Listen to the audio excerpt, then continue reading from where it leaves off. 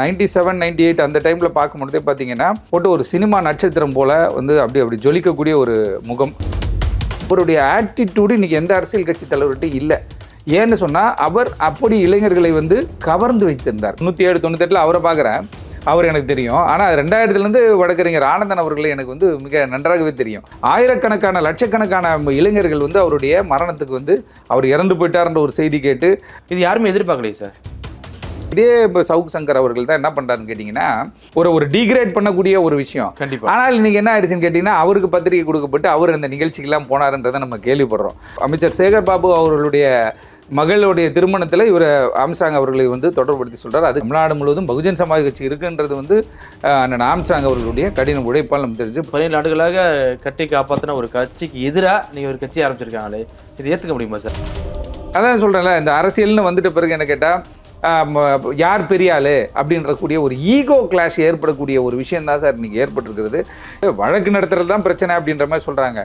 யார் நடத்தினாலும் வழக்கு தானே சார். பொறுமை, அதை ஹேண்டில் பண்ணக்கூடிய ஒரு கிளவராக அதை எப்படி டீல் பண்ணக்கூடியன்ற ஒரு விஷயம் தெரியாத காரணத்தினால தான் இன்றைக்கி வந்து தனியாக வந்து தமிழ் மாநில பகுஜன் சமாஜ் கட்சி அப்படின்னு சொல்லி ஒரு கட்சி ஆரம்பிச்சிருக்காங்க. எந்த அரசியல் கட்சியிலும் போய் அவரை ஈடுபடுத்தி கொள்ளலை, ஒரு சீட்டு கொடுங்கன்னு போல் ஒரு இடத்துல போய் கை கட்டி நிற்கலை.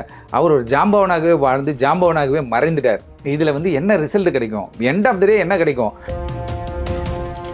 புதிய சிந்தனை நேயர்களுக்கு வணக்கம். இன்றைய சிறப்பு நேர்காணலில் நம்முடன் இணைந்திருக்கும் சிறப்பு விருந்தினர் சென்னை உயர்நீதிமன்ற வழக்கறிஞர் திரு சார்லஸ் வெற்றிவேந்தன் அவர்கள். சார் வணக்கம். வணக்கம் சார். கடந்த வருடம் ஜூலை 5ஆம் தேதி பகுஜன் சமாஜ் கட்சியின் முன்னாள் தலைவர் திரு ஆம்ஸ்ட்ராங் அவர்கள் படுகொலை செய்யப்பட்டிருக்காரு. சமீபத்தில் அவருடைய நினைவு தினம் அனுசரிக்கப்பட்டது. ஒரு வருடம் கழித்தும் இதுவரைக்கும் ஒரு விடை தெரியாத ஒரு மர்மமாகவே போயிட்டு இருக்கு. கடைசியாக வந்து பார்த்தீங்கன்னா நாகேந்திரன் வசத்தமோட முடிஞ்சிருக்கு. அதுக்கப்புறம் விசாரணை எதுவும் தொடரல.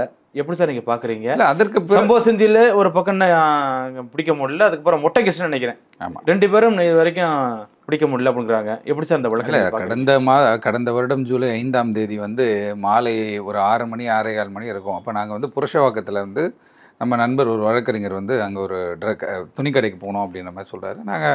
அவர் அங்கேருந்து தேனியிலேருந்து வந்திருக்காரு அப்படின்றதுக்காக நீங்கள் வர வேணாம் ஆஃபீஸ்க்கு, நாங்கள் ஆன் தி வேலை கோர்ட்லேருந்து வரோம் அப்படின்னு சொல்லிட்டு அங்கே நின்று பேசிகிட்டு இருக்கோம். அந்த டைமில் அப்போ பேசிகிட்டு இருக்கும்போது உடனே எனக்கு அந்த ஒரு தகவல் வருது. ஒரு பத்திரிகை நண்பர் தான் எனக்கு ஃபோன் பண்ணுறாரு. சார் அது கொஞ்சம் வெரிஃபை பண்ணுங்கள் சார் அப்படின்ற மாதிரி சொல்கிறாரு. உடனே அங்கே இருக்கக்கூடிய நம்ம நண்பர்களுக்கு ஃபோன் பண்ணுறோம். அவங்க வந்து இதை வந்து உறுதிப்படுத்துகிறாங்க. ஒரு தாக்குதல் நடந்துருச்சு அப்படின்ற மாதிரி சொல்கிறாங்க. மருத்துவமனைக்கு அப்போலோக்கு கொண்டு போயிருக்காங்க அப்படின்ற மாதிரி சொல்கிறாங்க. துரதிருஷ்டவசமாக அவர் வந்து இறந்து போயிட்டார். இறந்து போயிட்ட பிறகு இந்த வழக்கினுடைய தொடர்ச்சி உங்களுக்கு தெரியும். பல்வேறு நபர்கள் வந்து கைது செய்யப்பட்டாங்க. ஒரு என்கவுண்டர், ஒரு திருவேங்கடம் சொல்லிட்டு ஒரு என்கவுண்டர் நடந்துச்சு. அதற்கு பிறகு இப்போ தலைமறைவாக ஒரு சிலர் வந்து இந்த வழக்கில் வந்து இருக்காங்க. அதை வந்து இப்போ காவல்துறை அதற்கான ஸ்டெப்ஸ் எடுத்து இப்போ துபாயெலாம் எங்கேயோ போய் பார்த்துட்டு இருக்க மாதிரிலாம் சொல்கிறாங்க. வழக்கு இப்போ வந்து அதே நேரத்தில் அவருடைய குடும்பத்தை சார்ந்தவர், முன்னாள் பகுஜன் சமாஜ் கட்சியினுடைய தலைவர் அண்ணன் ஆம்ஸ்ட்ராங் அவர்களுடைய குடும்பத்தை சார்ந்தவர்கள் வந்து சிபிஐக்கு இந்த வழக்கை மாற்றணும் அப்படின்னு கேட்டிருக்காங்க. ஒரு நோட்டீஸும் போட்டிருக்காங்க. உயர்நீதிமன்றம் வந்து நோட்டீஸ்னால் தெரியும் உங்களுக்கு, இதுக்கு பதில் சொல்லுங்கள் அப்படின்னு சொல்லி காவல்துறை சிஓபி கிட்ட கேட்டிருக்கிறாங்க. அதுவும் ஒரு பக்கம் போயிட்டு இருக்குன்னு வச்சுக்கோங்களேன். இருந்தாலும் இடைப்பட்ட காலத்தில் வந்துட்டு அவருடைய கொள்கை, அவர் வந்து ஒரு கொள்கைவாதி. அதை நிறைய பேர் வந்து என்னென்னு கேட்டால், நான் 97, 98 அவர் நம்ம வந்து அவர் வீட்டில் பார்க்குறோம். ஒற்றவாடை நகர்னு ஒரு நகர் இருக்குது. அந்த நகரில் இன்றைக்கும் இருக்கார். உமாபதியன்னு சொல்லிட்டு அண்ணன் ஒருத்தர் இருக்கார். அவர் நம்மளுடைய வெல்விஷர், அப்போலேருந்தே ஒரு வெல்விஷர். அப்போ வந்து அங்கே ஒரு கேரக்டர் ஒருத்தர் இருந்தார், அசால்ட்டு முருகன் சொல்லிட்டு ஒரு நபர் இருக்கார். அவங்க கேபிள் டிவி ஒரு மேட்ரு ஒன்று ஆகுது ஜிகேஎம் காலனியில். நம்ம சகோதரர் கூட இருந்தவர் வந்துட்டு அவர் ஜிகேஎம் காலனி சார்ந்தவர். எங்கள் வீட்டு பக்கத்தில் வந்து அங்கேயே அவர் தான் கேபிள் டிவி போகிறார். எங்கள் வீட்டுக்குலாம் அவர் தான் கேபிள் டிவி போகிறார். அப்போ அவர் கூப்பிட்றாரு, வாங்க போகலாம் அப்படின்னு சொல்லும்பொழுது நாங்கள் அவர் வீட்டுக்கு போகிறோம். 97, 98 அவர் வீட்டுக்கு போய் அவரை பார்த்துருக்கோம். உடனே கூப்பிட்டு எதுங்க பக்கத்தில் இருக்கும்போது சண்டை போடுறீங்க அப்படின்னு சொல்லி ஒரு பேச்சுவார்த்தை, என்ன தெரிஞ்சவங்க 2 பேருக்கு மியூச்சுவல் ஃப்ரெண்டுன்னும் போது ஒரு பேச்சுவார்த்தை பண்ணி அதை நம்ம வந்து அந்த டைமில் அவங்க வந்து க்ளோஸ் பண்ணாங்க. அதற்கு பிறகு வந்து பார்த்திங்கன்னா 2006 தான் வந்து அவர் கவுன்சிலர் ஆகிறாரு. அப்போ பரபரப்பாக வந்து அவருடைய பெயர் வந்து எல்லா இடத்துலையுமே தெரியும். அப்படி வந்து ரொம்ப ஒரு அதாவது நான் 97, 98 அந்த டைமில் பார்க்கும்பொழுதே பார்த்திங்கன்னா நம்ம இந்த சக்கீஸ் போடுவாங்க இல்லையா, மேலேயும் கீழே ஒரே மதிய யூனிஃபார்ம் மதி போட்டிருப்பாங்க இல்லையா, போட்டு ஒரு சினிமா நட்சத்திரம் போல் வந்து அப்படி ஜொலிக்கக்கூடிய ஒரு முகம். அப்படிப்பட்ட ஒரு கேரக்டராக தான் அவர் இருந்தார். நிறைய பேர் வந்து அவரை வந்து தொடர்ச்சியாக அவரை சந்திப்பாங்க. 2007 தான் வந்து அவர் இதுக்குள்ளே வர்றார். இல்லைன்னா பகுஜன் சமாஜ் கட்சியில் வந்து 2007 தான் சேர்றாரு. ஏன்னு கேட்டால் பூவை மூர்த்தியார் அவர்களுடைய மிகப்பெரிய ஒரு ஆதரவாளராக அவர் மறைவுக்கு பிறகு வந்து பார்த்தீங்கன்னா ஒரு சிலர் இவர் கூட தலைவராக வருவதற்கு வாய்ப்பு இருக்குது அப்படின்னு நிறைய பேருக்கு தெரியாது, இதெல்லாம் வருவதற்கு வாய்ப்பு இருக்குது அப்படின்ற மாதிரி நினச்சாங்க நிறைய பேர். இப்போ வந்து பூவை ஜெகன்மூர்த்தி அவர்கள் இப்போ தலைவராக இருக்கார் இல்லையா, அவரெல்லாம் இப்போ இருந்தாங்க. இருந்தாலும் ஒரு ஆப்ஷனலாக வந்து இவருக்கு நிறைய வாய்ப்புகள் இருக்குன்ற மாதிரி பேச்சுவார்த்தைகளை ஏற்பட்டுச்சு. ஏன்னா செவ்வறு விளம்பரங்களை பார்த்தீங்கன்னா பூவை மூர்த்தி அவர்கள் பேர் இருக்கும், அடுத்தது வந்து ஆம்ஸ்ட்ராங் அவர்களுடைய பேர் இருக்கும். இது வந்து எல்லா இடங்களிலுமே இது இருந்துச்சு. இப்போ இவர் தனியாக பகுஜன் சமாஜ் கட்சிக்குன்னு வரும்பொழுது பார்த்தீங்கன்னா நிறைய பேர் புரட்சி பாரதம் கட்சியிலேருந்து இவரை பின்தொடர ஆரம்பிச்சிட்டாங்க.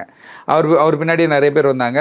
இருந்தாலும் புரட்சி பாரதம் கட்சின்றது வந்து ரொம்ப நீண்ட நிறைய வரலாறு உள்ள ஒரு கட்சி. அவரும் ஏன்னா பூவை மூர்த்தியார் அவர்களை பற்றி சொல்லணும்னா அவருடைய வழித்தோன்றலாகத்தான் இவர் வந்தார். அவருடைய எப்படி ஒரு கொள்கைவாதி, அவருக்கு பின்னாடி ஒரு மிகப்பெரிய மாசு இருந்துச்சு. அவர் வயதுக்கு கீழானவர்கள் கூட ஒரு மரியாதை கொடுப்பார்.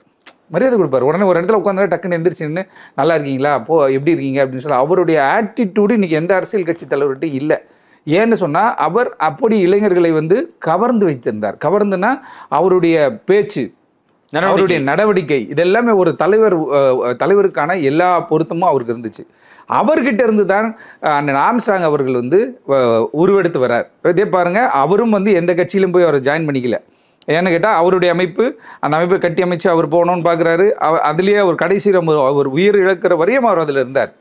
ஆயிரக்கணக்கான லட்சக்கணக்கான இளைஞர்கள் வந்து அவருடைய மரணத்துக்கு வந்து அவர் இறந்து போயிட்டார்ன்ற ஒரு செய்தி கேட்டு 1008 சூழ்ச்சிகள் இருந்தாலும் அவருடைய இறப்புக்கு அவ்வளோ பேர் அங்கே வந்தாங்க. அதற்கு பிறகு ஒரு தலைவராக இவர் பார்க்கப்பட்டார். இவர் நினைச்சிருந்தா போயிட்டு ஒரு கட்சியில் திமுக சேர்ந்துருக்கலாம். இவர் திமுகவுடைய முக்கியமான சட்டமன்ற உறுப்பினராக இருந்த புரசை ரங்கநாதன் அவர் காங்கிரஸ் கட்சியில் இருந்தார். அதற்கு பிறகு வந்து புரசவாக்கத்தில் 2 முறை சட்டமன்ற உறுப்பினர் ஆகிறாரு. அதுக்கப்புறம் வில்லிவாக்கம் சட்டமன்ற உறுப்பினர் ஆகிறாரு. அவருக்கு மிகவும் நெருங்கிய ஒரு நபர். அவரே நிறைய இடத்துல சொல்லிருக்காரு, எங்கள் வீட்டு பக்கத்தில் ஒரு எம்எல்ஏ இருக்கார், அவர் கூட நாங்கள் வருவோம், எங்களுடைய பேக்ரவுண்ட் ஃபுல்லாக திமுக அப்படின்ற மாதிரியான ஒரு விஷயங்கள் அவர் நிறைய கூட்டங்களில் சொல்கிறாரு. அதே போல் வந்து கேட்டிங்கன்னா இவருடைய பழக்க வழக்கம் அப்படின்னு பார்த்தீங்கன்னா இவருக்கு யார் பிடித்திருக்கிறதோ அவர்களுக்காக என்ன லெவலுக்கு வேணாலும் இறங்கி அவர் அவங்களுக்கு சப்போர்ட் பண்ணக்கூடிய ஒரு ஆள். 2006-7 அந்த 7க்கு அப்புறம் வந்து என்ன கேட்டிங்கன்னா 7-8 நினைக்கிறேன், அந்த பீரியடில் வந்து மோரைன்னு ஒரு ஏரியா இருக்குது. அந்த மோரை பகுதியில் வந்து பார்த்திங்கன்னா ஒரு மிகப்பெரிய ஒரு லேஅவுட் ஒன்று போடுறாங்க. அந்த லேஅவுட்டில் போடும்போது ஒரு நபர் என்ன பண்ணுறாருன்னா ஒரு ஃபேமிலி என்ன பண்ணுறாங்க இருந்திருக்காங்க. அது இடத்தெல்லாம் க்ளீன் பண்ணிவிட்டு அவர் என்ன சொல்கிறாருன்னா, உங்களுக்கு நல்ல இடமா கொடுக்குறோமா அப்படின்ற மாதிரி சொல்கிறாங்க. அந்த அம்மா நேபாள். அந்த நபர் அந்த சகோதரர் எடுத்துகிட்டு வந்து கொடுத்தார், அந்த சப்ஜெக்ட் எடுத்துகிட்டு வந்து இது ஒரு ஹெல்ப் பண்ணுங்க அப்படின்னு சொன்ன வந்து ஒரு பேர் கூட ஜேம்ஸ், அவர் இன்றைக்கி இருக்கார். அவர் வந்து சொல்கிறாரு, அப்போ இவருடைய பெயரை பயன்படுத்தி இந்த மாதிரி வந்து நாங்கள் பண்ணி கொடுக்குறோம் அப்படின்னு சொல்கிறாங்க அப்படின்ற மாதிரி சொன்ன உடனே ஒரு 6 மாதம் ஆகுது, யாருமே வரல, இடத்தெல்லாம் இழந்துட்டாங்க இவங்க. உடனே அவங்க வந்து அழுது ஒரு ஒப்பாரி வைக்கும் பொழுது நாங்கள் என்ன பண்ணோம்னா நேரடியாக அவரை போய் பார்க்குறேன். அந்த அம்மாவை கூட்டிகிட்டு போய் ஒரு விஷயம் சொல்லிட்டாமா, நீ என்ன நடந்தோ எல்லாத்தையும் சொல்லுமா, இது மாதிரி இருக்குது, உங்களுடைய பெயரை பயன்படுத்தியிருக்காங்கன்னா என்னென்ன பண்ணலாம் போய் கூட்டி காட்டுறீங்க. நேரடியாக கூப்பிட்டு போய் உட்கார வச்சு பேசணுன்னே அவர் என்ன சொல்கிறார், ஒரு உறுதி சொல்கிறாரு, அதெல்லாம் ஒன்றும் இல்லை. உடனே ஃபோனை போடுறாரு, ஏன் அது மாதிரி பண்ணீங்க, நீங்கள் என்ன பண்ணுறீங்கன்னா அவங்களுக்கு என்ன இடம் கொடுக்குமோ அதை கொடுங்க அப்படின்னு சொல்லி எக்ஸ்ட்ராவே ஒரு 1/2 கிரவுண்டு சேர்த்து கொடுங்க அப்படின்ற மாதிரி சொல்கிறாரு. ஒரு டேட்டை ஃபிக்ஸ் பண்ணுறாரு. என்கிட்ட என்ன சொல்கிறாங்கன்னா, நீங்கள் போய் ரெஜிஸ்டர் ஆஃபீஸில் போய் அதை பண்ணிக்கோங்க பிரதர்ன்ற மாதிரி சொல்லிட்டாரு. அப்புறம் ஏன்னா இது பேசி நம்ம டிலே பண்ணோன்னா வேலை முடிஞ்சிடும், பழைய கதையாகிடும். ஆமாம். உடனே இமீடியட்டாக என்ன பண்ணுறேன்னா ஆவடி சப் ரெஜிஸ்டர் ஆஃபீஸு, நேராக ஆவடி சப் ரெஜிஸ்டர் ஆஃபீஸ் போய் இப்போ வந்து ரெஜிஸ்ட்ரேஷன் பண்ண சொல்லியிருக்காங்கன்னு அந்த கன்சர்ன் பார்ட்டிக்கிட்ட போய் நம்ம சொல்கிறோம். அவர் என்ன பண்ணுறாரு, 1.5 லட்ச ரூபா பத்திர செலவாகும், அது யார் கொடுப்பா அப்படின்ற மாதிரி கேட்குறாரு. உடனே நான் என்ன பண்ணேன்னா என்னுடைய செல்ஃபோனில் வந்து நான் தீக்ஷா பூமியில் அவர் இருக்கார், உடனே தொடர்பு கொண்டு சொல்கிறேன். ஆனால் நீங்கள் சொல்லி அனுப்பிச்சிங்க, இந்த அம்மாட்ட எதுவுமே கிடையாது, ஏதோ கஷ்டப்படுறேன்னு வந்தாங்க. இப்போ இவர் வந்து என்ன பண்ணுறாரு, அந்த பாய் வந்து 1.5 லட்ச ரூபா கேட்குறாருண்ணே அப்படின்னு சொன்ன உடனே ஃபோனை கொடுங்கன்னு சொல்லிட்டு ₹1 செலவு இல்லாமல் அந்த இடத்த நாங்கள் வாங்கி கொடுத்தோம். வாங்கி கொடுத்துட்ட பிறகு அந்த அம்மா என்கிட்ட என்ன கேட்குறாங்கன்னா, நம்ம அவருக்கு போய் ஏதாவது ஒன்று பண்ணணும் இல்லையா அப்படின்னு சொல்கிறாங்க. அந்த குடும்பமே நான் கூப்பிட்டுட்டு அவரை போய் ஒரு அலுவலகத்தில் பார்க்குறோம், ஒரு நண்பருடைய அலுவலகத்தில் பார்க்கும்போது 1 லட்சமாக ஏதோ காசு வச்சுருக்காங்க போல இருக்குது. அப்போ உடனே அவர் என்ன சொல்கிறார், நீங்கள் எனக்கு கொடுத்துட சொல்கிறார், அவர் கொடுத்துருங்க, அவருக்கு ஹெல்ப்ஃபுல்லாக இருக்கும் அப்படின்ட்டு. நான் என்ன சொல்கிறேன், ஆனால் அதெல்லாம் வேணாம், வாங்கினா நீங்கள் வாங்க, இல்லாட்டி அவங்களே வச்சுக்கிட்டோம் அப்படின்னு சொல்லி நாங்கள் அமிச்சோம். அப்படி ஒரு மியூச்சுவலான ஒரு சில விஷயங்கள் 2023 செவ்வாப்பேட்டையில் வந்துட்டு ஒரு சர்ச்சு லேண்ட் இஷ்யூ ஏதோ ஒரு விஷயம் போல். அப்போ அவங்களும் என்ன சொல்கிறாங்க, இவர் அண்ணன் சொன்னால் அவங்க கேட்பாங்க அப்படின்ற மாதிரி சொல்கிறாங்க. அப்போ நான் அவர் தொடர்பு கொண்டு பேசுகிறேன். அப்போ தொடர்பு கொண்டு பேசும்போது அவர் என்ன சொல்லிட்டாருன்னா, இதில் நம்ம தலையிட வேணாம்னு நினைக்கிறோம், நீங்கள் என்ன சொல்கிறீங்கன்னா சரி வேணா விட்டுலாண்ணா அப்படின்னு சொல்லிட்டு அதை ட்ராப் பண்ணுறோம். அதுக்கு பிறகு வந்து இப்போ அண்ணா நகர் மேற்கில் வந்து ஒரு நண்பருடைய அக்கா ஒருத்தவங்க இறந்துட்டாங்க, அந்த டெத்துலையும் பார்க்குறோம். அப்போ இந்த மாதிரியான ஒரு நேரடியாக அவருடைய விஷயங்கள் எல்லாமே நம்ம தெரியும். அப்படி இருக்கும்போது அவங்க குடும்பத்தில் இருக்க நபர்களும் வந்து நமக்கு வேண்டப்பட்ட தம்பிங்களாம் இருக்காங்க. அப்படிப்பட்ட ஒரு கொள்கைவாதியாக தான் இருந்தார். இவர் ஒரு கட்சிக்கு போயிருந்தாருன்னா ஒரு எம்எல்ஏ ஆகிட்டு இருப்பார் எப்பயோ. அப்படி வந்து ஒரு மனிதர் செயல்பட்டிருக்காரு. அவருக்கு வந்து இப்போ நிறைய விஷயங்கள் சொல்கிறாங்க, ஏகப்பட்ட வந்து விரோதிகள் இருந்தாங்க, இப்படி இருந்தாங்க அப்படி இருந்தாங்கன்னா, எப்பயுமே ஒருத்தர் டெவலப் ஆகும்போது பல விஷயங்கள் இருக்கும், பல எதிர்ப்புகள் இருக்கும். அதை நம்ம அந்தந்த நேரத்திற்கு அதை சரி செய்து அதை அதுக்குள்ளேருந்து நம்ம வெளில வர்றதுக்கான விஷயங்களை பார்த்துருக்கணும். பட் ஆனால் இவர் பொலிட்டிக்கலி உள்ளே வந்துட்ட பிறகு மற்ற எதை பற்றியும் அவர் யோசிக்காமல் இருந்தார். நிறைய பிரச்சனைகள், அதாவது ஒரு கொலை வழக்கோடு அவரை ஒப்பிட்டு சொல்கிறாங்க. அந்த கொலை வழக்கோடு ஒப்பிட்டு சொல்லும்போது நம்ம ஏற்கனவே சொன்ன மாதிரி தான், அப்படி ஏதோ ஒரு சந்தேகம் எதிர்த்தரப்புக்கு ஏற்பட்டிருந்தால் என்ன பண்ணணும், ஒரு டைரக்ஷன் போய் இந்த வழக்கை வந்துட்டு இம்ப்ளீட் பண்ண சொல்லியிருக்கணும், இல்லை இந்த வழக்கில் வந்து நீங்கள் விசாரிங்க, மேல் விசாரணை பண்ணுங்கன்னு சொல்லியிருக்கணும். ஆனால் அந்த வழக்கோடு இவர் ஒப்பிடப்பட்டு தான் இந்த மாதிரியான ஒரு சம்பவம், ஒரு பெரிய ஒரு திட்டமிடல் ஏற்பட்டு இப்படி நடந்துச்சு.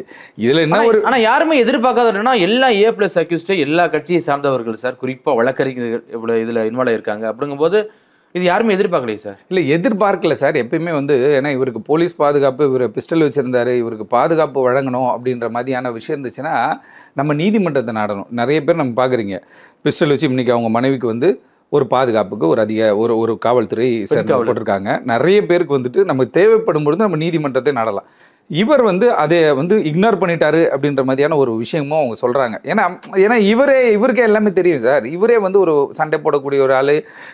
இவரே வந்து என்ன கேட்டிங்கன்னா அனலைஸ் பண்ணுவார் ஒரு சப்ஜெக்ட் சொல்லும்போது. இப்போ ஒரு குற்றச்சாட்டு வந்து சவுக்கு சங்கர் அவர்கள் சொல்லிட்டு இருக்காரு, அவர் பத்திரிகையாளர் அப்படின்றார், ஊடகவியலாளர்னு சொல்கிறாரு. அப்படின்போது நடுநிலையான ஒரு சில விஷயங்களை சொல்லும்போது தான் அவங்க வந்து ஊடகவியலாளராக இருக்க முடியும். இவர் என்ன சொல்கிறாரு கேட்டிங்கன்னா, நம்ம அமைச்சர் சேகர் பாபு அவர்களுடைய மகளுடைய திருமணத்தில் இவர் ஆம்ஸ்ட்ராங் அவர்களை வந்து தொடர்புபடுத்தி சொல்கிறார். அதுக்கு சாத்தியக்கூறுகளே கிடையாது, அவருக்கு ஆதாரபூர்வமான விஷயங்களே கிடையாது. ஏன்னு கேட்டிங்கன்னா அவர் அந்த மாதிரி விஷயத்துக்கு போக மாட்டார். அவர் ஓப்பனாக சொன்னேன், நான் ஒரு விஷயத்துக்கு சொல்லும்போது அவர் மாதிரி சொல்லிட்டார், அந்த மேட்டர் நம்ம பண்ணுறதில்ல, அதை நம்ம பேச வேணாம் அப்படின்ற மாதிரி சொல்லிட்டார். அதை அவாய்ட் பண்ணுறங்க பிரதர். ஆமாம் வேணான்றார். அப்படின்னும்போது இந்த மாதிரியான இந்த கல்யாணம் பண்ணி வைக்கிற விஷயம், இந்த விஷயத்திற்கெல்லாம் அவர் போகிற மாதிரியான ஒரு ஆள் கிடையாது. ஆனால் அது வந்து ஏதோ ஒரு விஷயத்திற்காக, ஒரு சிண்டு முடிச்சு விடுவதற்காக ஒரு விஷயமாக பார்க்கப்படுது. ஆனால் வந்து அதை வந்து நீதிமன்றத்தில் தான் அதையும் சொல்லணும். உங்களுக்கு என்ன கிரீவன்ஸ் இருந்தாலும் இந்த வழக்கு நீதிமன்றத்திற்கு போயிடுச்சு. இனிமேல் எதுனாலும் நான் வந்து சிறையில் இருக்கும்பொழுது ஒருத்தர் வந்து சொன்னாங்க, இது மாதிரி வந்து காங்கிரஸ் பிரமுகர் ஒருத்தர் தலையிட்டிருக்கார், எல்லாமே நீதிமன்றத்தில் தான் நீங்கள் ரெக்கார்ட் பண்ணுமே தவிர ஒரு ஊடகத்தின் முன்னாடி வந்துட்டு ஒருவரை அக்யூஸ் பண்ணியோ ஒரு குற்றச்சாட்டு சொல்லியோ நம்ம வந்து சொல்ல முடியாது. இதே இப்போ சவுக் சங்கர் அவர்கள் தான் என்ன பண்ணுறாருன்னு கேட்டிங்கன்னா, ஒரு பேட்டியில் அவங்களுடைய இதில் பேசும்போது என்ன சொல்கிறாரு கேட்டால், சென்னையில் வந்து கட்ட பஞ்சாயத்து வந்து பயங்கரமாக பண்ணிக்கிட்டு இருந்தாங்க அப்படின்ற மாதிரி சொல்கிறார். அப்போ அந்த எதிர் முனையில் உட்காந்துருக்க நபர் கேட்குறாரு, வட சென்னையில் மட்டுமா அப்படின்னு கேட்கும்பொழுது, இல்லை தமிழ்நாடு முழுவதும்ன்றாரு. தமிழ்நாடு முழுவதும் கட்ட பஞ்சாயத்து வந்து ஆம்ஸ்ட்ராங் அவர்கள் பண்ணாருன்னு ஒரு பதிவு சொல்கிறாரு. அதே போல் 1500 பேரை வந்து வழக்கறிஞராக வந்து படிக்க வச்சாங்க அப்படின்ற மாதிரி சொல்கிறார். ஒருத்தர் கூட அஃபிடேவிட் ரெடி பண்ணுவோம். இதெல்லாம் எவ்வளோ பெரிய ஒரு டிகிரேட் பண்ணக்கூடிய ஒரு விஷயம். கண்டிப்பாக. ஆனால் இன்றைக்கி என்ன ஆயிடுச்சுன்னு கேட்டிங்கன்னா, அவருக்கு பத்திரிகை கொடுக்கப்பட்டு அவர் அந்த நிகழ்ச்சிக்கெல்லாம் போனாருன்றதை நம்ம கேள்விப்படுறோம். அதே போல் பட்டாபிராம் தண்டரைன்னு நினைக்கிறேன், அந்த தண்டரை பகுதியில் நாம் தமிழர் கட்சியினுடைய ஒரு கூட்டம் நடக்குது. அதில் வந்து எங்கேருந்தோ வந்த கட்சி, நம்ம மாயாவதி கட்சி அப்படின்ற மாதிரி ஏதோ ஒரு பேச்சு அடிப்படை போய் நாம் தமிழர் கட்சியினுடைய அவங்கள வந்து முற்றுகையிடணும் அப்படின்ற மாதிரியான ஒரு விஷயத்துக்குள்ளே இவங்க இருந்தாங்க. அது எல்லா கட்சியில் இருக்கக்கூடிய நிர்வாகிகளுக்கும் தெரியும்.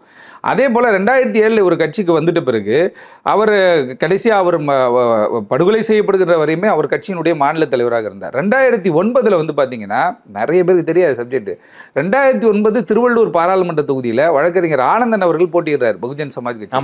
10,400 ஓட்டு எவ்வளோ வாங்குறாரு. அப்போ அதுக்கு பிறகு தான் வந்துட்டு ஒரு சட்டமன்ற தேர்தலில் ஆம்ஸ்ட்ராங் அவர்கள் போட்டியிடுறாரு. சைதை துரைசாமி நம்மளுடைய தமிழக முதல்வர், அவங்க வந்து முதல்வர் வின் பண்ணுறாரு. 4000 ஓட்டு வித்தியாசம், பயங்கரமான டஃப்பாக இருந்துச்சு. அந்த 4004 ஓட்டோ 3 ஓட்டோ இவர் வாங்கின ஓட்டு, புரியுதா? அப்படியே வந்து இப்போ தன்னை வந்து களத்தில் இருந்துகிட்டே இருந்த ஒரு ஆள் தான். என்னப்பா சார், அரசியலில் எல்லாமே பேசுவாங்க சார். அரசியலில் பேசும்பொழுது அதை வந்து அது அரசியலுக்கான ஒரு பேச்சு. ஆனால் தனிப்பட்ட முறையில் ஏதோ ஒரு பகை ஏற்பட்டு அந்த பகை தெரியாமலே இருந்திருக்கிறது அப்படின்னு. ஏன்னா இப்போ ஒரு விஷயம் கேளுங்க, இப்போ 1000 பேர் 2000 பேர் வராங்கன்னா, இந்த 1000 பேர் 2000 பேருமே வந்து பார்த்தீங்கன்னா எல்லா அணியோடு சுற்றினவங்க. அங்கேயும் போவான், இங்கேயும் போவான், இங்கேயும் வருவான். இவனுக்கு எந்த ஒரிஜினலான விசுவாசிகள்ன்றது வந்து ஒரு சிலர் தான் இதெல்லாம் நீங்கள் எடுக்க முடியும். இன்றைக்கி அவருடைய நினைவேந்தல் நிகழ்ச்சியாக இருக்கட்டும், மற்ற ஒரு விஷயங்களாக இருக்கட்டும், அவர் வந்து கொள்கையை விட்டு கொடுத்து யாரோ அவர் ஃபெமிலியராக இருக்கார், அவர் கூட நம்ம இருந்தால் நம்ம கொஞ்சம் ஃபெமிலியர் இருக்கு, நம்மளாம் அவர் நினச்சதே கிடையாது. அவருக்கு எல்லாருமே தெரியும். யாருமே இன்றைக்கி வந்து அவரை தெரியாதவர்கள் இன்றைக்கி அவரை பற்றி பேசுகிறாங்க. அதில் ஒரு வகையில் வந்து பாசிட்டிவாகவும் இருக்குது, ஒரு வகையில் நெகட்டிவாகவும் இருக்குது. ஏன்னு கேட்டால் பப்ளிசிட்டிக்காக பேச ஆரம்பிச்சிடறான். ஆமாம், புரியுதா? இப்போ ஒரு சடங்கு ஆகி போச்சு சார். இப்போ அஜித் குமார் இறந்து போயிட்டாரு, காவல்துறை வந்து அடிச்சிட்டாங்க, ஒரு 4 காவலர்கள் அடிச்சிட்டாங்க சார். அவங்க வீட்டுக்கு நான் போகிறேன், போய் பேசும்போது என்ன கேட்டால் இன்றைக்கி வரையுமே அந்த நிகிதா யாருமே புகார் கொடுக்கல. அப்போ நான் போய் தெளிவாக சொல்கிறேன், ஏன்பா அரசியல்வாதின்னு கேட்டால் அவன் சொல்கிறான், ஆனால் ஃபஸ்ட்டு நாள் வந்து நாம் தமிழர் கட்சி ஆர்ப்பாட்டம் நடத்துனாங்கண்ணா, 2வது நாள் வந்து பார்த்திங்கன்னா இன்னொரு கட்சி நடந்துச்சுன்னா, 3வது நாள் டிடிவி தினகரன் அவரோட கட்சி நடந்துச்சுன்னா, இன்றைக்கி வந்து பிரேமலதா அவர்கள் வந்து வந்திருக்காங்கண்ணா அப்படின்னா. இவங்க வருவாங்க, இவங்களுக்கு தேவை அரசியல். அந்த கட்சி எதிர்கட்சியா அது வந்து நம்ம என்ன பண்ணணும் கேட்டிங்கன்னா, நான் என்ன சொல்கிறேன், இவர் முதல்வருடைய அலுவலகத்திலேருந்து ஃபோன் போட்டு எப்பா பிடிக்கிறவங்களாம் அடிங்க, பிச்சு உதறுங்க, 4 பேர் சாப்பிட்டுன்னு நான் சொல்ல போகிறாங்க. அது யாரோ ஒரு காவல்துறை அதிகாரி பண்ணிட்டான். அது வந்து உடனே வந்து கைது செய்யப்பட்டு 302 கொலை வழக்காக அது மாற்றப்படுது. அப்படின்மா அந்த தம்பிக்கிட்ட அதை சொன்னேன். அப்போ வருவாங்க, இவங்கெல்லாம் போயிடுவாங்க. நாளைக்கு ஒரு ஹாட் டாபிக் வந்துச்சுன்னா அந்த ஹாட் டாபிக் மறந்துட்டு ஒரு சடங்காகி போச்சு. உடனே என்ன பண்ணுறது, எதிர்கட்சிகளை சார்ந்த அணியாக போய் என்ன பண்ணுறது, உடனே ஒரு துக்க விசாரிக்கிற போயிட்டு அங்கே ஒரு பேட்டியை ஒன்று கொடுக்குறது. இது வந்து சட்டம் ஒழுங்கு சீர்கெட்டு போயிட்டது அப்படின்ற மாதிரி அவங்களுக்கு தான் ஒரு பாயிண்ட்டு. அது மாதிரி என்ன பண்ணிட்டாங்கன்னா, இவருடைய ஒரு மிகப்பெரிய தலைவருடைய 1ஆம் ஆண்டு நினைவஞ்சலி, அந்த 1ஆம் ஆண்டு நினைவஞ்சலிக்கு வந்து என்ன கேட்டிங்கன்னா, கருத்தியல் ரீதியாக அவர் யாரோடு கூடலாம் ஒத்து போனார், அவங்களாம் வந்திருக்காங்க, அதில் மாற்றுக்கிறதுக்கிட்ட. ஆனால் தொடர்பே இல்லாதவங்க, அவர் யாருன்னே தெரியாது, அவர் கூட பேசியிருக்க மாட்டான், அவரை வந்து இதுவரைக்கும் அவருடைய கொள்கை ரீதியாக எந்த ஒரு விஷயத்துக்கும் போயிருக்க மாட்டான். ஆனால் அவர்கள்லாம் வந்து இன்றைக்கி வந்து அதில் பங்கு பெற்று, ஏன்னா இதுதான் அது ஒரு சடங்கு. ஆம்ஸ்ட்ராங் என்ன சம்மந்தம் கிடையாது. அவர் இது மாதிரிலாம் பேசியிருக்காரு, இது மாதிரியான வீடியோஸ்லாம் இருக்குது. அவர் வந்து பகிரங்கமாக சொன்னது, அவருடைய சேனலில் அவர் சொன்னது. இருந்தாலும் என்ன கேட்டால் அவருக்கு ஒரு ஆதங்கம், 2 முறை குண்டர் தடுப்பு சட்டத்தில் கைது செய்யப்பட்டிருக்காரு. அதுவும் இல்லாமல் அவருக்கு இப்போ அரசுக்கு எதிரான தனிப்பட்ட விரோதம் அவருக்குன்னு இருக்குது. அதான் என்ன கேட்டால் நம்மளை கைது பண்ணிட்டாங்க. ஒன்றும் இல்லை சார், உச்சநீதிமன்றம் இதே மாண்புமிகு நீதியரசர் பிவி நாகரத்னா ஒரு வழக்கில் என்ன சொல்கிறாங்கன்னா, நமக்கு லிமிட்டட் அதிகாரம் தான் கொடுக்கப்பட்டிருக்குன்றாங்க. இதே கான்ஸ்டியூஷனில் நம்ம பேச்சுரிமைக்கு லிமிட்டடாக தான் இருக்குது, நீ கண்டதையும் பேசிட முடியாது அப்படின்ற மாதிரி சொல்கிறாங்க. அப்படி சொல்லி ஒரு வழக்கில் வந்துட்டு மிக கடுமையாக வந்து ஒரு அரசியல்வாதிக்கு வந்து ஒரு உத்தரவு போடுறாங்க, நீ இஷ்டத்துக்கு பேசிடுவியா அப்படின்னு சொல்லி. ஆனால் அதெல்லாம் மீறி தான் வந்து இன்றைக்கி என்ன பண்ணுறாங்க, நிறைய பேர் வந்து இந்த சமூக வலைதளங்கள்ன்றது ஒரு மிக முக்கியமான ஒரு விஷயம். இப்போ அஜித் குமாரோடைய வழக்கு வந்து நான் வந்து மலேசியாவில் நம்ம சகோதரி ஒருத்தவங்க இருக்காங்க, உடல்நிலை சரியில்லை, அவங்ககிட்ட பேசுகிறேன், அங்கேயே வைரலாக போகுதுன்றாங்க. ஆனால் இங்கே வந்து இந்த செய்தி பெருசாக போயிடுச்சுனே அப்படின்ற மாதிரி சொல்கிறாங்க. அப்படின்னும் பொழுது சமூக வலைதளங்கள் மூலமாக ஒரு மிகப்பெரிய ஒரு புரட்சியை ஏற்படுத்த முடியும். ஒன்றும் இல்லை, அவருடைய அலுவலகத்தில் ஒரு தம்பி வேலை பார்க்குறாரு, அவருடைய வாகனத்தை டீடைன் பண்ணிட்டாங்க போலீஸு, அன்னெசரியாக டீடைன் பண்ணிட்டாங்கன்ற ஒரு விஷயம் ஏற்படுது. உடனே நீதிமன்றத்தினுடைய கதை தான் நம்ம தட்டணும். உடனே யார் மெட்ரோபாலிட்டன் மேஜிஸ்ட்ரேட்டு காலையில் போய் ஒரு பெட்டிஷனை போட்டோ இல்லை நேரடியாக போய் வந்து உயர்நீதிமன்றத்தில் வந்து இது மாதிரி ஒரு அத்துமீறல் நடக்குது அப்படின்னு தான் பண்ணணும் தவிர, உடனே எனக்கு மீடியாவில் ஆள் தெரியுன்றதுக்காக அது ஒரு பேட்டியாக அவர் வந்து கொண்டு வந்து அதில் வந்து நிறைய பேரை டிஃபேம் பண்ணிலாம் பேசுகிறாரு. இருந்தாலும் அது ஒரு தவறான ஒரு முன்னுதாரணமாக தான் ஆயிடுமே தவிர. சார் நீங்கள் இவ்வளோ சொல்கிறீங்க, ஆனால் இப்போ இருக்கிற ஆனந்தன் தலைவர் மீது ஏகப்பட்ட விமர்சனம் வைக்கிறாங்க. இவர் வந்ததுக்கு அப்புறம் தான் ஒருங்கிணைப்பாளர் திருமதி பொற்கொடியை வந்து தூக்கிட்டாங்க, அப்படிலாம் விமர்சனம் வைக்கிறாங்களா சார்? இல்லை, அதாவது என்ன சார், அரசியல் கட்சின்னும் போது எடுத்தங்கவுத்தன்னு ஒரு முடிவு எடுக்க முடியாது சார். ஏன்னா இது ஒரு தேசிய கட்சி. தேசிய கட்சியில் வந்துட்டு கொஞ்சம் நிதானம் கடைபிடிக்கப்பட வேண்டும். அதுவும் இல்லாமல் என்ன கேட்டிங்கன்னா, கொஞ்ச நாள் விட்டால் அதுக்கு திருப்பி ரீகன்சில் ஆகி வரும். அதுக்கு போட்டியாக ஒரு அரசியல் கட்சி அப்படின்றது அவ்வளோ சர்வசாதாரணமாக ஒரு அரசியல் கட்சியோ ஒரு இயக்கத்தையோ நம்ம கட்டி அமைச்சு உருவாக்கிடுவோம். இன்றைக்கி நல்லாயிருக்கும் எல்லாமே, இன்றைக்கி வந்து பார்க்குறதுக்கு நல்லாயிருக்கும், எல்லா விஷயங்களுமே நல்லாயிருக்கும். ஆனால் அது தொடர்ச்சியாக அதை வந்து நம்ம ஒவ்வொரு பொதுக்கூட்டங்களாக இருக்கட்டும், இவர் எப்படி வந்துட்டு மிகப்பெரிய வாக்கு வங்கி இருக்கா என்னன்னு தெரில. ஆனால் என்னென்னு கேட்டால் தமிழ்நாடு முழுவதும் பகுஜன் சமாஜ் கட்சி இருக்குன்றது வந்து அண்ணன் ஆம்ஸ்ட்ராங் அவர்களுடைய கடின உழைப்பால் நம்ம தெரிஞ்சு பாராளுமன்ற தேர்தல் எல்லா இதுலேயும் போட்டிட்டாங்க, அதுக்கு முன்னாடி சட்டமன்ற தேர்தலில் போட்டிடுறாங்க, எல்லா விஷயத்தையும் பண்ணுறாங்க. ஆனால் குறிப்பாக வந்து தொடர்ச்சியாக இப்போ அவருடைய தம்பி கீனோஸ் அவர்கள் பேசும்போது கூட என்ன சொல்கிறாரு கேட்டால், 30 ஆண்டு காலம் குடும்ப நண்பராக வந்து வழக்கறிஞர் ஆனந்தன் இருக்கார் அப்படின்ற மாதிரி ஒரு விஷயத்தை சொல்கிறாரு. எனக்கே தெரியுன்றனே, நான் தான் 2000 நான் வந்து இவர்களை பார்க்குறேன், 97 98 அவரை பார்க்குறேன். அவர் எனக்கு தெரியும். ஆனால் 2000லேருந்து வழக்கறிஞர் ஆனந்தன் அவர்களை எனக்கு வந்து மிக நன்றாகவே தெரியும். ஏன்னா அவர் தேர்தலில் போட்டியிடும் போதும் சரி, அப்போலேருந்தே நமக்கு அந்த பழக்கவழக்கம் இருக்குது. அப்படி இருக்கும் பொழுது ஒரு தேசிய கட்சி வந்து அதை வந்து ஒருத்தர் மாநில தலைவராக அங்கீகரிக்கிறாங்க அப்படின்னும் பொழுது அதை நம்ம கடைபிடித்து அவங்கள ஃபாலோ பண்ணி கொஞ்ச நாள் போயிட்டு அந்த நடைமுறை, அரசியல் நடைமுறை தான் சார் எடுத்துகிட்டு போகணும். இதை வந்து ஒரு சிலர் பூஸ்ட் பண்ணுவாங்க. இப்போ இருக்கிற ஆட்கள்லாம் என்னன்னு கேட்டிங்கன்னா, இப்போ கூட போயிட்டு சொல்கிறாங்க பார்த்தீங்களா, இவர்கள் வந்து கடைசி வரையும் அந்த இயக்கத்தில் செயல்படுவார்களா அப்படின்றது ஒரு விஷயம் பார்க்கணும். அதே நேரத்தில் என்னன்னு கேட்டிங்கன்னா, ராங்காக ஒருத்தரை கைட் பண்ணக்கூடாது. ஒருத்தவங்க வராங்களா, இப்படி பண்ணிடலாம், அப்படி பண்ணிடலாம், இதை செஞ்சிடலாம், அதை செஞ்சிடலாம் அப்படின்னு சொல்லலாம். ஆனால் அவர் இருந்த இடம் வேறு, இப்போ அவங்க கண்டுபிடிச்சிருக்கிற இடம் வேறு.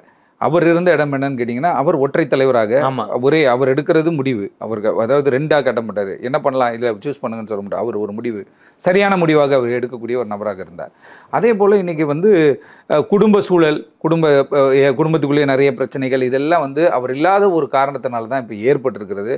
அவர் இருக்கும் பொழுது வந்து வழக்கறிஞர் ஆனந்தன் சாரை வந்து எப்படி ஒரு விஷயத்தில் அவர் வந்து ஆனந்தன் சார்னு அவர் வந்து ஒரு பற்றாக இருந்தாரோ, அதே தான் இவர் கடைசி வரையும் அந்த குடும்பத்தோடு இருந்து கொண்டு இருக்கணும்னு அவர் நினைக்கிறார். இருந்தாலும் கூட அதான் சொல்கிறேன்ல, இந்த அரசியல்னு வந்துட்ட பிறகு என்ன கேட்டால், யார் பெரிய ஆள் அப்படின்ற கூடிய ஒரு ஈகோ கிளாஷ் ஏற்படக்கூடிய ஒரு விஷயம் தான் சார் இன்றைக்கி ஏற்பட்டிருக்கிறது.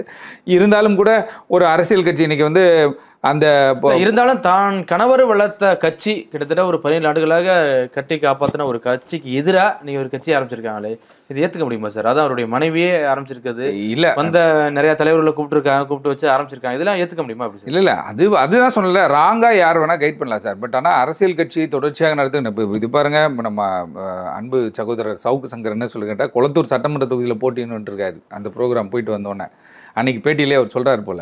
அப்படின்னும் போது இதெல்லாம் என்னன்னு கேட்டிங்கன்னா, இது அரசியலில் இவங்க முட்டி வர மாதிரி இதே தான். அதை ஆரம்பத்தில் சொன்ன மாதிரி சிண்டு முட்டி வர மாதிரி அவங்கவுங்களுக்கு அவங்களுடைய சோர்ஸ் தெரியும், அவங்களுடைய பவர் தெரியும், அவங்களுடைய கெப்பாசிட்டி தெரியும், யார் நிற்கலாம். இப்போ நான் என்ன சொல்கிறேன், 2009 வழக்கறிஞர் ஆனந்தன் சார் திருவள்ளூரில் பாராளுமன்ற தொகுதியில் போட்டிடுறாரு சார். 10,300 10,400 ஓட்டு வாங்குறாரு. இவர் வந்து பகுஜன் சமாஜ் கட்சியினுடைய தலைவர் ஆம்ஸ்ட்ராங் அவர்கள் இங்கே போட்டிடுறாரு. சைதை துரைசாமி இப்போ இருக்க நம்ம தமிழ்நாட்டு முதல்வர் போட்டிடுறாங்க. அந்த தொகுதியில் வந்துட்டு 4000 ஓட்டு சம்திங் அவர் வாங்குறாரு. அப்போ இவ்வளோ பெரிய ஒரு கட்டுமானத்தை ஏற்படுத்தினவர் அந்த தேர்தல்னு வரும்பொழுது அது வேறு ஸ்டைல் சார். தேர்தல்னு வரும்போது நாயா பேயா வேலை செஞ்சால் கூட 10,000 15,000 ஓட்டு வாங்குறது பெரிய விஷயமா இருக்கும். ஏன்னா அது அந்த அரசியல் பாதைன்றது அது வேறு. அப்படி இருக்கும்பொழுது எல்லாரையும் ஒருங்கிணைத்து போகின்ற பொழுது தான் அதில் நம்ம அந்த கோலை அச்சீவ் பண்ணோம். ஆம்ஸ்ட்ராங் அவர்களுடைய கோல்னு ஒன்று இருந்துச்சு இல்லையா, அந்த கோலை நம்ம அச்சீவ் பண்ண முடியும். பிரித்து போயிட்டாங்கன்னு வச்சுக்கோங்களேன், இதில் எப்படி அவருடைய கோலை அச்சீவ் பண்ண முடியும்? ஏன்னா பகுஜன் சமாஜ் கட்சி மாயாவதி அவர்கள் நேரடியாக அவருடைய இறுதி அஞ்சலிக்கு அவங்க வராங்க. அப்படின்னும் பொழுது நேரடியாக போய் மாயாவதி அவர்களை சந்தித்து இது மாதிரி இருக்குன்னு சொல்லி அங்கே ஒரு பேச்சுவார்த்தை பண்ணி அங்கே எல்லாரையும் உட்கார வச்சு ரீகன்சில் பண்ணி அதற்கான வாய்ப்பு கொடுத்துருக்கணும். அதுக்கான வாய்ப்பு கொடுக்காம அடுத்தடுத்துன்னு போயிட்டாங்க. அடுத்தடுத்துன்னு போயிட்ட பிறகு அப்போ அதை வந்து யார் போய் பேசி முடிப்பது? ஏன்னா இப்போ ஒரு வழக்கு நடத்துறது தான் பிரச்சனை அப்படின்ற மாதிரி சொல்கிறாங்க. யார் நடத்தினாலும் வழக்கு தானே சார். வழக்கு அரசு தரப்பில் வந்து என்ன பண்ணுறாங்கன்னு கேட்டிங்கன்னா, ஒரு ஸ்பெஷலாக வந்து ஒரு ப்ராசிக்யூட்டர் போட்டு அது வழக்கு போயிட்டுருக்கு. உங்களுக்கு தெரியும், வழக்கு வந்து தீவிரமாக நடந்துகிட்ருக்கு. அதில் ஒரு குறைபாடுகள் ஏற்படுது. அரசு தரப்பில் வந்து செயல்பாடுகளில் எங்களுக்கு சந்தேகம் ஏற்படுகிறது. ஏதோ சார் உச்சநீதிமன்றம் வரையும் போகலாம் சார். நம்ம அந்த வழக்கில் ஒரு சின்ன லேக் ஏற்பட்டால் கூட அந்த லேக் எடுத்துக்கிட்டு டக்குன்னு முடியும். ஏன்னா இவர் ஒரு தேசிய கட்சியினுடைய மாநில தலைவர். அப்படின்னும் பொழுது இதை பேஸ் பண்ணியே நம்ம டக்குன்னு மூவ் பண்ணி போயிடலாமே தவிர இதுக்குள்ளே யார் எடுத்து பண்ணுற இந்த வழக்கை அவர் பண்ணால் சரியாக பண்ண மாட்டார், இவர் பண்ணால் சரியாக பண்ணுவார், இது மாதிரி தான். இவர் பண்ணால் சரியாக பண்ணுவார், அவர் பண்ணால் சரியாக சார், எல்லாருக்குமே எல்லாமே தெரியும் சார். அப்படின்னும் பொழுது அதை இம்ப்ரோவைஸ் பண்ணி ஒரு மாநில தலைவரோட வழக்கு இது நம்ம வந்து ஒரு கேர்லெஸ்ஸாக ஹேண்டில் பண்ணுற முடியாது அப்படின்ற மாதிரியான விதத்தில் தான் அந்த வழக்கை எடுத்துகிட்டு போகணுமே தவிர இதில் ஏற்பட்ட ஒரு முரண்பாடு, இதில் ஏற்பட்ட கருத்து வேறுபாடு, இந்த கருத்து வேறுபாடு பெரியவர்களாக அந்த குடும்பத்தை சார்ந்தவர்கள் அதில் யாரெல்லாம் அந்த குடும்பத்துக்கு மூத்தவர்களாக இருக்காங்களோ அவங்கள உட்கார வச்சு பேசி அந்த மாதிரி தான் இதை கொண்டு போயிருக்குமே தவிர அதற்காக வந்து ஒரு ரிவெஞ்ச் எடுக்கிறேன்னு சொல்லி ஒரு கட்சியை அவங்க இன்றைக்கி ஆரம்பிச்சிருக்காங்க. அதில் மாற்றுக்கிறது கிடையாது. யார் வேணால் கட்சி ஆரம்பிக்கலாம். இந்திய ஜனநாயக நாட்டில் வந்துட்டு as per constitution, as per வந்து பீப்புள் ரெப்ரசன்டேஷன் ஆக்ட் யார் வேணால் ஆரம்பிக்கலாம். அது மாற்றுக்கிறது கிடையாது. ஆனால் இவருடைய கொள்கை, காலம் சென்ற ஆம்ஸ்ட்ராங் அவர்களுடைய கொள்கைன்றது வந்து ஒரு மிகப்பெரிய கொள்கை. நான் சொன்னேன் இல்லையா, பூவை மூர்த்தியார் அவர் வந்து சாதி மதம் கடந்து எல்லாரோட பழகினவர். அவர் அதே மாதிரி தான் இவரும் வந்து ஏகப்பட்ட நண்பர்கள், ஏகப்பட்ட வந்து பழக்க வழக்கம், அந்த பழக்க வழக்கம் தான் வந்து அவரை வந்து மிகப்பெரிய தலைவராக உருவெடுக்க செஞ்சு. அவருடைய கொள்கை, அவருடைய கோட்பாடு, அவருடைய பார்வை, அந்த விஷயத்தை விட்டு நீங்கள் அந்த பேவிக்குள்ளேருந்து இப்போ வெளில போகிறாங்கல்ல, வெளியில் போய் பின்புலம் யாராவது இருப்பாங்களா சார்? இல்லை, பின்புலம் யார் இருப்பாங்கன்னு தெரியல. அதாவது பின்புலம் வந்து கடைசி வரையும் பின்புலம் இருக்குமான்னு தெரியல. ஏன்னா இந்த இந்த மீட்டிங்கில் வந்து இந்த இரங்கல் கூட்டத்தில் வந்து பல்வேறு அரசியல் கட்சியினருக்கு வந்து பத்திரிகை இன்விடேஷன் கொடுக்கப்பட்டு எல்லாருமே வந்தாங்க, எல்லாருமே பேசினாங்க. அப்படின்னும் பொழுது அது மட்டுமே ஒரு மிகப்பெரிய வெற்றியாக நம்ம கன்சிடர் பண்ணிடவும் முடியாது. ஏன்னு கேட்டால் இது அரசியல். இப்போ நீங்கள் வந்து ஒருத்தர் சொல்கிறார் நீங்கள் குளத்தூரில் நில்லுங்க அப்படின்றாரு. அதுக்காக குளத்தூரில் நின்ற முடியுமா? குளத்தூரில் எவ்வளோ பேர் நின்று அவங்க வந்து அந்த அரசியல் வேறு சார், தேர்தல் களம்ன்றதே வேறு. இப்போ நம்ம பேசிக்கிறோம் கொண்டுக்கிறோம், ஆனால் தேர்தல் களம்ன்றது மிகப்பெரிய ஒரு களம். அந்த களத்துக்கு வந்து மிகப்பெரிய உழைப்பு இருக்கணும், மிகப்பெரிய நம்பிக்கையான ஆட்கள் அதில் இருக்கணும் சார். நம்பிக்கையான ஆட்கள் இருந்தால் தான் நீங்கள் தேர்தலில் வெற்றியே பெற முடியும். ஒரு மாபெரும் சமத்துவ தலைவராக அவர் எப்படி தன்னைத்தானே உருவாக்குனார் சார். அவர் யாரும் வந்து கையை பிடிச்சி கொண்டு வரல. அவர் வந்து ஒரு மிகப்பெரிய தலைவரை பின்பற்றினார். அதே போல் பாபா சாஹிப் டாக்டர் அம்பேத்கருடைய கொள்கைகளை பின்பற்றினார். அப்புறம் வந்து அவருக்கான ஒரு திட்டமிடல், அவருக்கான ஒரு செயல் திட்டத்தை அவர் வடிவமைச்சார். அதை வந்து எல்லாருக்கும் போதிக்கிறாரு, எல்லா கூட்டங்களையும் அவர் பேசுகிறாரு. அப்படின்போது அதை தான் ஃபாலோ பண்ணுமே. இப்போ தேசிய தலைமைக்கு தெரியாதா? தேசிய தலைமைக்கு தெரியாதா யாரை நியமிக்கணும், யாரை நியமிக்க கூடாதுன்ட்டு? அப்படின்னும் பொழுது ஒரு மரியாதை நிமித்தமாக வந்து போய் தேசிய தலைமையை வந்து கன்சிடர் பண்ணி உத்தரப்பிரதேஷ்க்கு 4 வாட்டி 5 வாட்டி போய் என்ன ஆச்சு ஏதாச்சுன்னு இது எல்லாத்தையும் பேசி இதில் ஏதோ ஒரு பொறுப்பு, ஏன்னா அவங்க ஆல்ரெடி ஒரு பொறுப்பு தானே கொடுத்தாங்க, ஒருங்கிணைப்பாளர் பொறுப்பு கொடுக்கப்பட்டிருந்துச்சு. அதிலே கொஞ்ச நாள் பயணித்து இருந்து அதுக்கப்புறம், ஏன்னா யாருக்கும் எந்த பதவியும் எந்த நாற்காலியும் நிரந்தரம் இல்லை சார். எல்லாருக்கும் வந்து ஒரு காலத்தில் அது வந்து மாறும், ஒரு காலத்தில் வந்து அடுத்த கட்டத்தை நோக்கி போவாங்க. அப்படி இருக்கும்பொழுது அந்த பொறுமை இல்லாத ஒரு விஷயம், பொறுமை அதை ஹேண்டில் பண்ணக்கூடிய ஒரு கிளவராக அதை எப்படி டீல் பண்ணக்கூடியன்ற ஒரு விஷயம் தெரியாத காரணத்தினால தான் இன்றைக்கி வந்து தனியாக வந்து தமிழ் மாநில பகுஜன் சமாஜ் கட்சி அப்படின்னு சொல்லி ஒரு கட்சி ஆரம்பிச்சிருக்காங்க. கட்சி ஆரம்பிக்கிறதுனா 17 ஆண்டு காலம் ஒரு தலைவர் உருவாகின கட்சி. ஆமாம், 17 ஆண்டு அவர் வந்து இன்னைக்கு எல்லா மாநிலங்களுக்கும் தெரியுது. அப்படின்னா அது காரணம் கேட்டால் 17 ஆண்டு காலம் அவருடைய உழைப்பு. எவ்வளோ விஷயங்கள் வந்து சுற்றி இருந்தாலும் கூட அவருடைய விஷயத்தை விட்டு அவர் வெளியில் வரவே இல்லை. எந்த அரசியல் கட்சியிலும் போய் அவரை ஈடுபடுத்தி கொள்ளலை, ஒரு சீட்டு கொடுங்கன்னு போல, ஒரு இடத்துல போய் கை கட்டி நிற்கலை. அவர் ஒரு ஜாம்பவனாகவே வாழ்ந்து ஜாம்பவனாகவே மறைந்துட்டார். சூழ்ச்சிகளால் அவர் வீழ்த்தப்பட்டாலும் கூட வரலாற்றில் அவர் இடம் பெற்றுட்டார், வரலாற்றில் அவர் இருக்கார். அப்படி ஒரு வரலாற்று தலைவனோடு நம்ம வந்து அவருடைய கொள்கைகளை கொண்டு போவதற்கு ஒன்றிணைந்து தான் போகணுமே தவிர தனித்தனியாக பிரிச்சுன்னு போயிட்டா இதில் வந்து என்ன ரிசல்ட் கிடைக்கும், எண்ட் ஆஃப் த டே என்ன கிடைக்கும்? அப்போ அவங்களுக்கு போட்டியாக நம்ம அமைப்பு ஆரம்பிச்சிட்டோம்னு சொல்லிக்கலாமே தவிர, பட் ஆனால் ரிசல்ட் வரலையே. 17 ஆண்டு கால உழைப்பில் வந்து 18வது ஆண்டோ 20வது ஆண்டோ, இப்போ நல்லா பாருங்கள், புரட்சி பாரதம் கட்சி வந்து ஆரம்பிக்கப்பட்டு 40-42 வருஷத்துக்கு மேலே ஆயிடுச்சு. இப்போ பூவி மூர்த்தியார் அவர்கள் பயங்கர கடின உழைப்பெல்லாம் பண்ணார். ஆனால் அவர் ஒரு முறை கூட சட்டமன்ற உறுப்பினராக வாய்ப்பு கிடைக்கல. ஆனால் இப்போ வந்து ஜெகன்மூர்த்தி அவர்கள் வந்து 2வது முறை சட்டமன்ற உறுப்பினர். அப்போ அதான் அரசியல், அதுதான். அந்த உழைப்புக்கான அங்கீகாரம் கிடைக்கின்ற வரை நம்ம அந்த அமைதியாகவே தான் போயிட்டே இருக்கணுமே தவிர, அந்த 17 ஆண்டு கால உழைப்புக்கு ஒரு அங்கீகாரம் கிடைக்கக்கூடிய ஒரு சூழல் வந்து 18வது வருஷம் வரலாம், 19வது வருஷம் இல்லை, 20வது வருஷம் வரலாம். ஆனால் நீங்கள் பிரிச்சுட்டு போயிட்ட பிறகு எப்படி வரும்? வருவதற்கு வாய்ப்பு குறைவாயிடுச்சு. ஆனால் உங்களுடைய குற்றச்சாட்டு என்ன, திரு ஆனந்தன் அவர்கள் சிபிஐ கொண்டு போக மாட்டேங்கிறாரு, அதனால தான் நாங்கள் வந்து அவர் மேலே கோபமாக இருக்கா, துரோகம் பண்ணிட்டார் கட்சிக்கு அப்படின்னு சொல்லி உங்களுடைய குற்றச்சாட்டு வைக்கிறாங்க. இன்னைக்கு சிபிஐ வரையும் கொண்டு போக போகிறாங்க, அதற்கான வழக்கம் போட்டாங்க. அப்போ இவரோட சொன்னார், அவங்க போட்டோ நினச்சி ஒரு சிபிஐ அவசரமாக போகிறாரு அப்படின்னு சொல்லி சவுக்கு சங்கர்லாம் சொல்லியிருக்காரு. இதெல்லாம் எப்படி சார்? இல்லை அவருடைய ஃபேமிலி தான் போயிருக்காங்க அந்த வழக்கில், சிபிஐக்காக போயிருக்காங்க. ஏன்னு கேட்டிங்கன்னா, இப்போ இந்த வழக்கில் யாருக்குமே பெயில் கிடைக்கல, உங்களுக்கு தெரியும்ல. அதுக்கப்புறம் சப்சிக்வெண்ட்டாக அந்த வழக்கில் தொடர்புடைய சொந்தக்காரங்க எல்லாரையும் பிடிச்சி குண்டாஸில் போட்டாங்க. இந்த வழக்கில் வந்து எக்ஸ்ட்ரா ஒரு 2-3 பேரையும் வந்து ஆட் பண்ணியிருக்காங்க. அப்படி இருக்கும் பொழுது அந்த சந்தர்ப்ப சூழ்நிலைக்கு தான் நீங்கள் சிபிஐ ஒரு இன்வெஸ்டிகேஷனே ப்ரிலிமினரி ஸ்டேஜ்லேயே எதுவுமே பண்ணல அப்படின்னு சொன்னால் நீங்கள் சிபிஐக்கு போகலாம். ஒரு விஷயம், சிபிஐ வழக்குக்கு கன்வெர்ட் ஆன பல வழக்குகள் வந்து விடை தெரியாமலே போயிடுச்சு. நம்ம இது ராமஜெயம் வழக்காக இருக்கட்டும், இவர் நம்மளுடைய மூத்த வழக்கறிஞர் சங்கர் சுப்பு அவங்களுடைய மகன் ஒரு கொலை செய்யப்பட்டார், அந்த வழக்காக இருக்கட்டும். இப்போ நான் ஒரு 7-8 வழக்கு சொல்லுவேன். இந்த பக்கம் வந்து ரெடில்ஸுக்கு பக்கத்தில் வந்து ஒரு பெண் வந்து இறந்து போனாங்க, அந்த பொண்ணு பேர் பிரியான்னு நினைக்கிறேன். அந்த வழக்கு சிபிஐக்கு மாற்றப்பட்டுச்சு. அந்த வழக்கெல்லாம் வந்து பார்த்திங்கன்னா என்ன ஆச்சுன்னு தெரியல. லிம்சி அப்படின்னக்கூடிய ஒரு நர்ஸு ரேப் அண்ட் மர்டரு, அது வந்து சிபிஐக்கு மாற்றப்பட்டுச்சு. இது அம்பத்தூரில் நடந்தது. அம்பத்தூர் T1 போலீஸ் ஸ்டேஷன் ஆப்போசிட்டில் ஒரு சுடுகாட்டில் வந்து அந்த பெண் வந்து கற்பழிக்கப்பட்டு மிக கொடூரமான முறையில் கொலை செய்யப்பட்டாங்க. அப்போ வந்து ஏடிஎம்கே பீரியடு. இந்த வழக்கு வந்து சிபிஐக்கு மாற்றது. இதுக்கெல்லாம் ரிசல்ட்டே கிடைக்கல. இப்போ இது என்ன ஒரு மேட்டர்னா, பண்ணல அப்படின்னா ஏன் பண்ணல அப்படின்ற ஒரு கேள்வி வந்துடும். பண்ணா ஏன்டா பண்ண அப்படின்ற மாதிரியான ஒரு விஷயத்தை எடுத்துகிட்டு வராங்க. அப்படின்பொழுது இதில் பல அரசியல் காரணங்கள், பல பின்புலத்தில் வந்துட்டு யார் யார் செயல்படுறாங்களோ அவர், அதாவது சார் இப்போ ஆரம்பத்தில் எல்லாமே இனிக்கும் சார், ஆனால் கொஞ்சம் கொஞ்சமாக போக போக தான் என்ன கேட்டுக்கிட்டா அட போப்பா அப்படின்ற அளவுக்கு ஒரு ஒரு இது வந்து ஒரு முகம் மாறும், செயல்கள் மாறும், திட்டங்கள் மாறும். 1008 வேலை இருக்குன்னு அவன் விட்டு போயிடுவான். புரியுதா? ஆனால் அதெல்லாம் நடக்கக்கூடாதுன்னு தான் ஒரு தலைவர் பாடுபட்டார். அதெல்லாம் நடக்கக்கூடாதுன்னு தான் இன்னைக்கு வந்து ஒருத்தர் வந்து பல இடங்களுக்கு போய் பல கூட்டங்களை வந்து அவர் சந்தித்து பல மக்களோடு அவர் வந்து உறவாடி நண்பர்களாக இருந்து தான் ஒரு அமைப்பை வந்து கட்டி எழுப்பி கொண்டு வராங்க. ஒரு தேசிய கட்சியினுடைய மாநில தலைமையில் வந்து இருந்து செயல்படுறாங்க. இதை பேசி முடிக்கக்கூடிய ஒரு விஷயம். இவர் வந்து தொடர்ச்சியாக பல்வேறு வழக்குகள் உங்களுக்கு தெரியும் நினைக்கிறேன். பல திரை நட்சத்திரங்களுக்காக வழக்கில் வாதாடி அவர் வந்து இதில் ஒரு வழக்கறிஞராக செயல்பட்டிருக்கார். அனிதாவுடைய வழக்கு தெரியல, நீட் அனிதா வழக்கு, அந்த வழக்கிலும் அவர் வந்து அவர் தலையிட்டு பல விஷயங்கள் வந்து பண்ணியிருக்கார் வழக்கறிஞர் ஆனந்த்.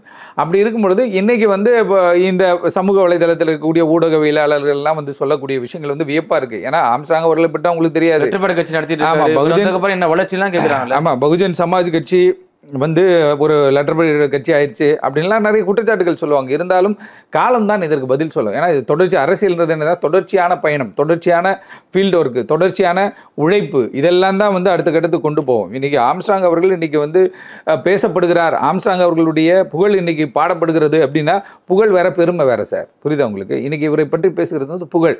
ஒரு சிலர் வந்து என்ன கேட்டிங்கன்னா வஞ்ச புகழ் சென்னியாக இருக்கும். ஏன்னா இது அதான் நான் சொன்னேன் இல்லையா, ட்ரஸ்ட் பண்ண முடியாத ஒரு சிலர் இருப்பாங்க. அவங்க இரு தரப்பினர்கிட்டையுமே பேசுவான், இரு தரப்பினருமே உறவாடிப்பான், இவரும் வேணும் அவரும் வேணும். ஆனால் இவர் அப்படிப்பட்ட ஆள் கிடையாது. இவருக்கு என்ன கொள்கையோ அந்த கொள்கையை வந்து ஸ்டபனாக நிற்கக்கூடிய ஒரு ஆள், ஸ்டபனாக நிற்கக்கூடிய ஒரு ஆள்.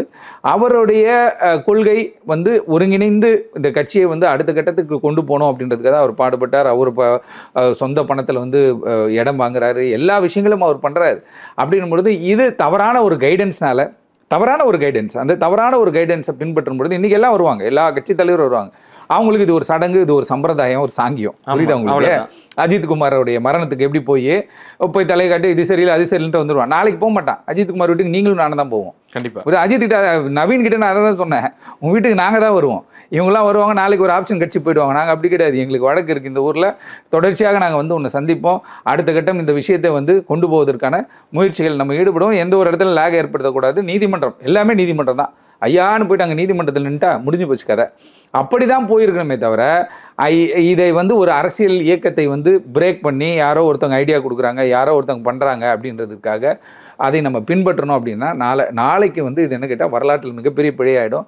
ஆம்ஸ்ட்ராங் அவருடைய கொள்கைக்கு முரணான ஒரு விஷயம், அவருக்கு எதிராக கருத்துக்களை பேசினவர்கள்லாம் இன்றைக்கி கூட்ட வச்சு இவங்க ஒரு மீட்டிங் நடத்துகிறாங்க, ஒரு விஷயங்கள் நடத்துகிறாங்கன்னா சார் அதுதானே சார் கொள்கை. அவருக்கு பிடிக்கலன்னா கடைசி வரையும் பிடிக்கல, அப்படியே தான் இருந்தார் அவர் வந்து அந்த ஒரு கொள்கையை விட்டு அவர் மாறலை. அவர் நினச்சா அதான் சொல்கிறேன் இல்லையா, அவர் சட்டமன்ற உறுப்பினராக இருக்கலாம், அவர் வாய்ப்பு இருக்குது.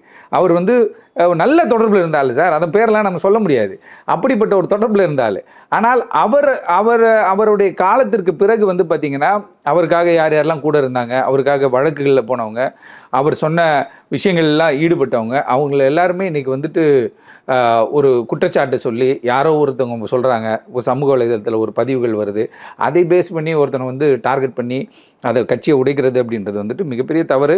அவங்க போக போக அதை புரிஞ்சுப்பாங்க அந்த சூழ்நிலை. ஏன்னா இப்போ சார் கட்சி உடையிறதும் சேர்றதெல்லாம் வந்து நார்மலாக நடக்கிறது தான் சார்.